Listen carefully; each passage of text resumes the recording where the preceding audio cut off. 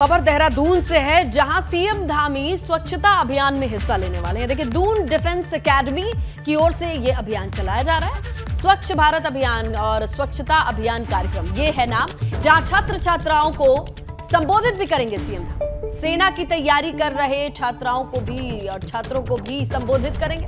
अभी सेना की योजना अग्निपथ को लेकर उत्तराखंड में भी विरोध हो रहा है। इस बीच ये आज का कार्यक्रम बेहद अहम है, क्योंकि सीएम धामी आज बहुत सारे छात्र छात्राओं को, स्टूडेंट्स को संबोधित करने वाले हैं। स्वच्छता को लेकर ये अभियान है और इसके तहत तमाम स्टूडेंट्स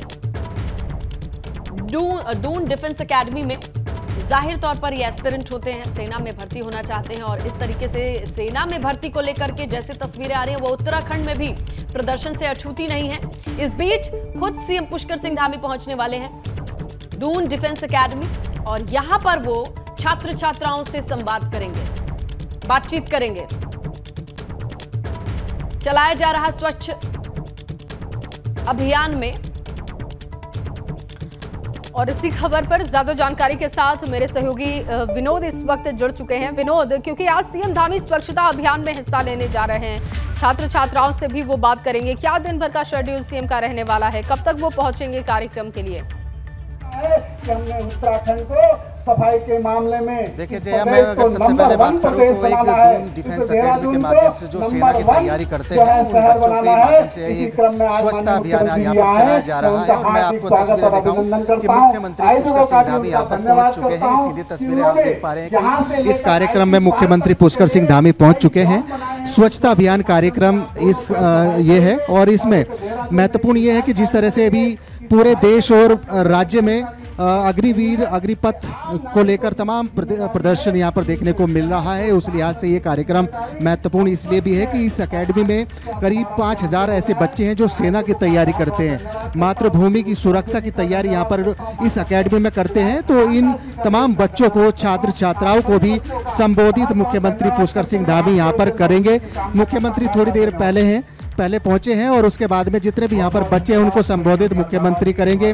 तमाम ये सेना की तैयारी यहाँ पर करने वाले सभी बच्चे यहाँ पर मौजूद हैं, और महत्वपूर्ण इसलिए भी है क्योंकि पूरे प्रदेश भर में अग्निपथ योजना को लेकर तमाम विरोध प्रदर्शन देखने को मिल रहा है, चाहे गढ़वाल हो, कुमाऊं हो, और 400 से ज़्यादा ऐसी FIR हैं जो अब तक इस पूरे मामले को लेकर हो चुकी है।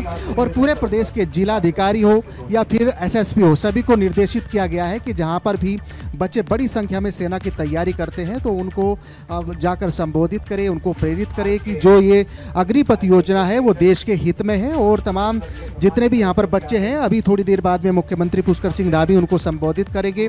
और जिस तरह से अग्निपथ योजनाओं को लेकर अब तक पूरे प्रदेश भर में 400 से ज़्यादा FIR हो चुकी हैं, पूरे प्रदेश भर में तमाम विरोध प्रदर्शन देखने को मिल रहा है, तो उस लिहाज से काफ़ी महत्वपूर्ण ये योजना बताई जा रही है। और लेकिन अभी मुख्यमंत्री इन तमाम छात्र छात्राओं को संबोधित करेंगे और बताएंगे आखिरकार यह योजना देश के हित में है। और जिस तरह से ये तमाम आप तस्वीरें देख रहे हैं कि ये सारे जितने भी ये छात्र छात्राएं यहाँ पर बैठे हैं, ये सेना की तैयारी कर रहे हैं। यानी पूरे प्रदेश भर में जिलाधिकारी हो, SSP हो या फिर प्रशासनिक वरिष्ठ अधिकारी हो, उनको ये जिम्मेदारी दी गई है कि अलग अलग मौजूद है इस खास कार्यक्रम में।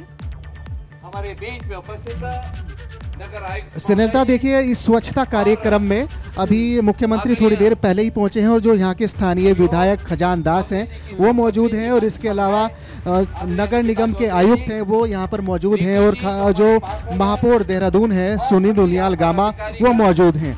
स्वच्छता अभियान एक इस एकेडमी के माध्यम से चलाया जा रहा है, और महत्वपूर्ण सबसे इसलिए है स्नेहलता क्योंकि पूरे प्रदेश भर में 400 से ज़्यादा FIR अग्निपथ मामले को लेकर हुए, जहां पे गढ़वाल से लेकर कुमाऊं तक विरोध प्रदर्शन जाहिर तौर पर वीरभूमि कहा पुलिस अलर्ट है, लेकिन और वीरभूमि के युवाओं के सपनों में शुमार होता है कि वो देश की सेवा करे, सेना में भर्ती हो। ऐसे में अगर विरोध प्रदर्शन की तस्वीरें आ रही हैं तो वहां से भी आना लाजमी है। विनोद, आप बने रहिएगा, आगे भी खबर पर आपसे अपडेट लेंगे, क्योंकि खबर उत्तराखंड के मौसम से जुड़ी है। भारी बारिश का अलर्ट है जया। बिल्कुल, और उत्तराखंड में मौसम विभाग का अनुमान है कि आगे आने वाले समय में कई इलाकों में बारिश हो सकती है। मौसम विभाग की ओर से अलर्ट जारी कर दिया गया है। कई इलाकों में बारिश का दौर शुरू भी हो चुका है। बारिश से चारधाम यात्रा प्रभावित हो रही है। यात्रा पर जो यात्री पहुंच रहे हैं उन्हें परेशानी हो रही है। आपदा प्रबंधन विभाग को सतर्क रहने का निर्देश है। बारिश के अलर्ट को देखते हुए पर्यटन विभाग भी अलर्ट पर है और पर्यटन विभाग की तरफ से टोल फ्री नंबर जारी किया गया है। देखिए ये टोल फ्री नंबर क्या है वो भी आपको बता देते हैं।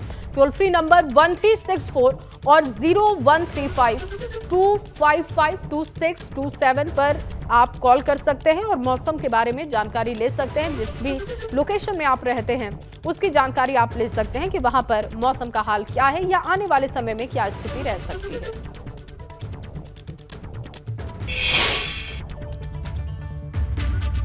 वहीं बद्रीनाथ धाम में बारिश की वजह से कड़ाके की ठंड पड़ रही है। यात्री ठंड में तप्त कुंड में स्नान कर भगवान बद्री विशाल के दर्शन कर रहे हैं।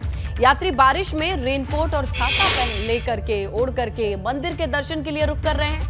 वहीं चमोली में सिखों के पवित्र तीर्थ स्थल हेमकुंड साहिब की बात करें तो वहां भी बर्फबारी हुई है और ये बर्फबारी कई तीर्थयात्रियों के लिए सुखद अनुभव भी है, अनुभूति है और इसका लुत्फ उठाते हुए भी वो नजर आ रहे हैं। चलिए मौसम को लेकर के हम ज्यादा डिटेल हमारे सहयोगी विनोद कुमार से लेंगे। वो मौजूद है देहरादून में, उन्हीं का रुख करेंगे। तो चलिए विनोद का रुख करते हैं और जानने की कोशिश करते हैं। विनोद, मौसम विभाग की ओर से किस तरीके की फोरकास्ट, किस तरीके की चेतावनी दी गई है, कहां के लिए, जरा बताइए। बिल्कुल श्रीलता, देखिए देहरादून में तो मौसम साफ है, लेकिन मौसम विभाग की ओर से जो पूर्वानुमान लगाया गया था वो बिल्कुल सटीक साबित हुआ था।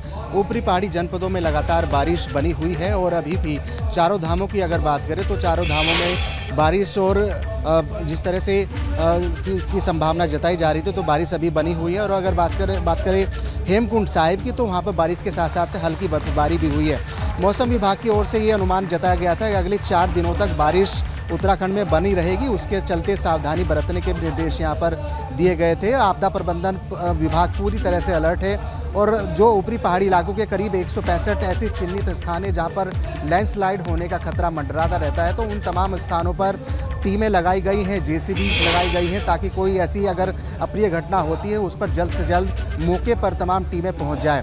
और चारधाम यात्रियों में आने वाले श्रद्धालुओं के लिए भी नंबर जारी किए गए हैं कि अगर आप उत्तराखंड में चारधाम यात्रा करने आ रहे हैं तो तमाम इन नंबरों को पहले ही मौसम की जानकारी ले ले, तभी उत्तराखंड का रुख करें। तो अगले 4 दिनों के लिए मौसम ने बारिश का अलर्ट जारी किया गया है। ऊपरी पहाड़ी इलाकों में बारिश और निचले जो मैदानी इलाके हैं जिसमें देहरादून है, हरिद्वार है, नैनीताल है, उधम सिंह नगरी है, मैदानी जनपद है, इसमें तेज हवाएं चलने के साथ साथ में हल्की बारिश के भी मौसम विभाग ने चेतावनी जारी की गई है, जिसके चलते प्रशासनिक अधिकारियों को अलर्ट रहने के निर्देश दिए गए हैं।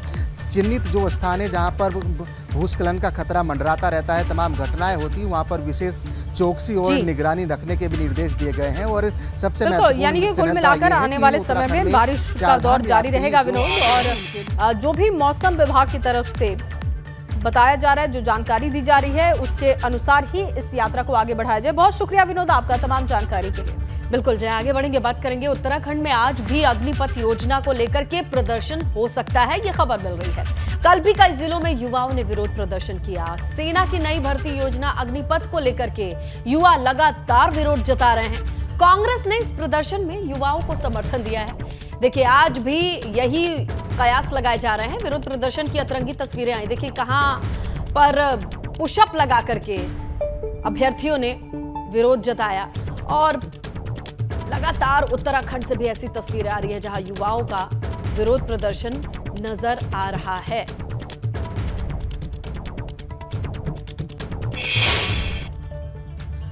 और अब आपको दिखाते हैं उत्तराखंड में शहर शहर अग्निपथ योजना के विरोध और पुलिस के अलर्ट की तस्वीरें। सबसे जो पहली तस्वीर है वो मसूरी की है। मसूरी में छात्रों ने अग्निपथ योजना के विरोध में प्रदर्शन किया और इसके अलावा कोटद्वार में भी अग्निपथ योजना का विरोध हुआ। वहां की तस्वीर भी आप देख पा रहे हैं। तीसरी जो तस्वीर है वो खटीमा की है। खटीमा में भी विरोध प्रदर्शन किया गया अग्निपथ योजना के प्रदर्शन को लेकर। अब अलर्ट पर भी पुलिस है और पुलिस की सख्ती देखने को मिल रही है। तो कहा जाता है कि उत्तराखंड के हर एक घर में आपको एक जवान जरूर मिल जाएगा, और ऐसे में जब ये स्कीम सामने आई है तो इसका किस तरीके से विरोध हो रहा है उसकी तस्वीरें हम आपको दिखा रहे हैं।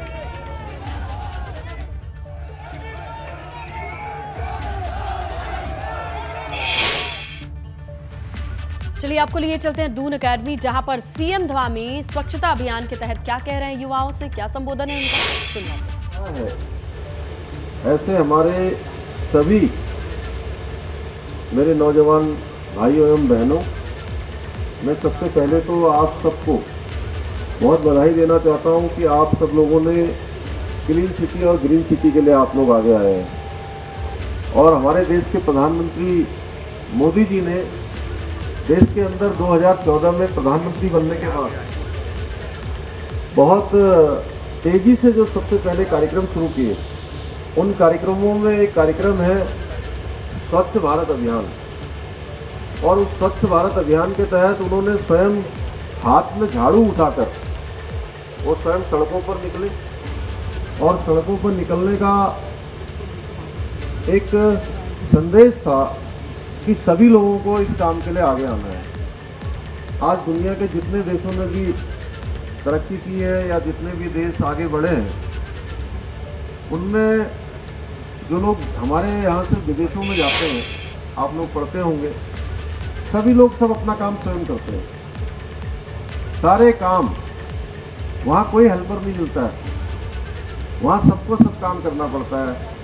तो पिछले दिनों हमारे मेयर साहब, हमारे वैसे तो ये बहुत पुराने, हम सब लोग साथ साथ ही काम करते थे और जब भी ये मिलते हैं तो कभी कुछ बात होती, लेकिन इस बार मैंने इनसे कहा कि इस बार जो है पर्यावरण के दिन मैंने तय किया है कि हम देहरादून शहर को पूरी तरह से क्लीन बनाएंगे, ग्रीन बनाएंगे।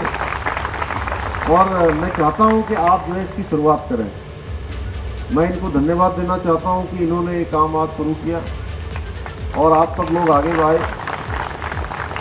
और इस काम को करने के लिए जो हमारे नौजवान सारे युवा लोग आगे आए हैं, मैं इन युवाओं का बहुत अभिनंदन करना चाहता हूं। और आप सबको देखकर मुझे अपना बचपन याद आ रहा है। जब प्रभात फेरी होती थी या सवेरे सवेरे कोई कार्यक्रम होता था तो छुट्टी के दिन भी बुला लेते थे कभी।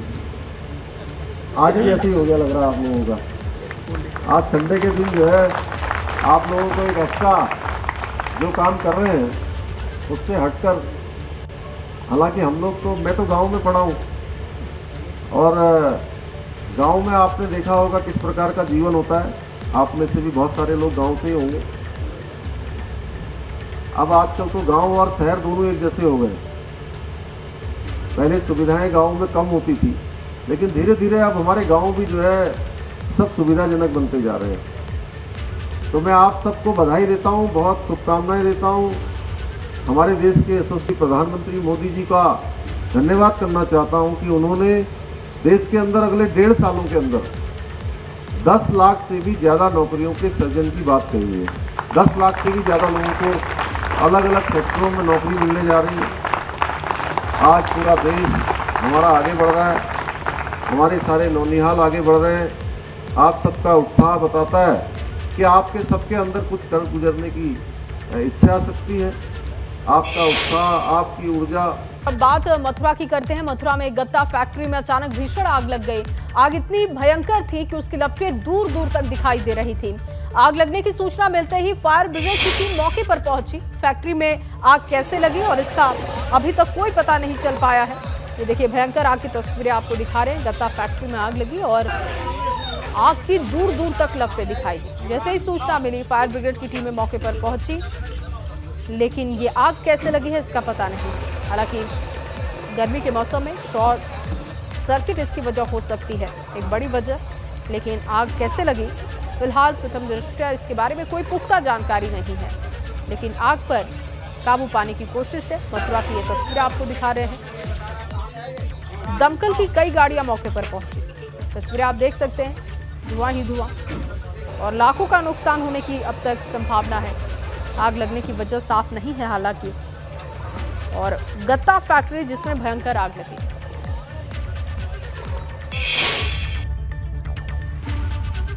और देखिए मथुरा जेल में अब कैदी भगवान बांके बिहारी की पोशाक के साथ मुकुट कंठी भी बना रहे हैं, जिसकी ट्रेनिंग कैदियों को दी गई।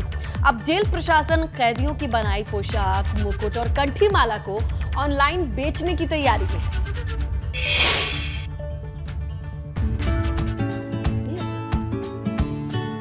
भगवान बांके बिहारी की ये सुंदर पोशाक, मुकुट और कंठी बनाई है मथुरा जेल के कैदियों ने, जिन्हें पहले ट्रेनिंग दी गई और फिर उन्होंने अपने हुनर का कमाल दिखाया। अब कैदियों की बनाई इन पोशाकों को ऑनलाइन बेचने की तैयारी प्रशासन की तरफ से की गई है।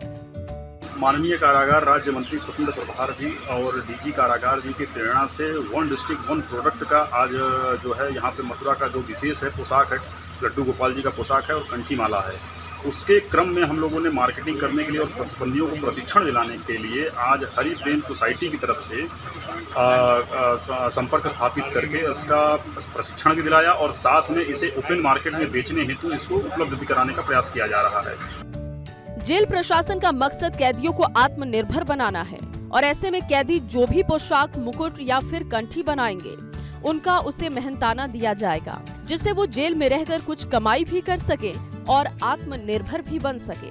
Bureau report, ABP Ganga.